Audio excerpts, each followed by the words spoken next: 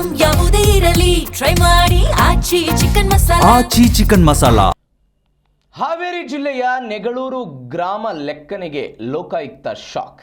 ಖಾತಾ ಬದಲಾವಣೆ ವೇಳೆ ಲಂಚ ಸ್ವೀಕರಿಸುತ್ತಾ ಇದ್ದ ಈ ವ್ಯಕ್ತಿ ಆ ಸಂದರ್ಭದಲ್ಲಿ ಲೋಕಾಯುಕ್ತ ದಾಳಿಯಾಗಿದೆ.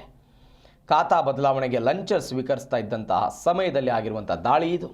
ನೆಗಳೂರು ಗ್ರಾಮ ಪಂಚಾಯಿತಿ ಗ್ರಾಮ ಲೆಕ್ಕಿಗ ಫಕ್ಕೀರೇಶ್ ಬಾರ್ಕಿ ಲೋಕಾ ಬಲೆಗೆ ಬಿದ್ದಿದ್ದಾರೆ. ಹಾವೇರಿ ತಾಲೂಕಿನ ಗುತ್ತಲ ಸಮೀಪ ಇರುವಂತಹ ನೆಗಳೂರು ಗ್ರಾಮ ಪಂಚಾಯಿತಿ ಇದು. ಕರಿಯಲ್ಲಪ್ಪ ಎಂಬುವರ ಖಾತಾ ಬದಲಾವಣೆಗೆ ಇವರು ಲಂಚಕ್ಕೆ ಬೇಡಿಕೆ ಇಟ್ಟಿದ್ದರು. ಪಿತ್ರಾರ್ಜಿತ ಆಸ್ತಿಯನ್ನು ವರ್ಗಾವಣೆ ಮಾಡೋದಕ್ಕೆ ಇವರು ಲಂಚಕ್ಕೆ ಬೇಡಿಕೆ ಇಟ್ಟಿದ್ದರು. 63,000 ರೂಪಾಯಿ ಬೇಡಿಕೆ ಇಟ್ಟು ಈ ಕೆಲಸವನ್ನು ಮಾಡಿಕೊಳ್ಳೋದಕ್ಕೆ ಫಕ್ಕೀರೇಶ್ ಬಾರ್ಕಿ ಅವರು ಇನ್ನು ಮುಂದಾಗಿದ್ದರಂತೆ.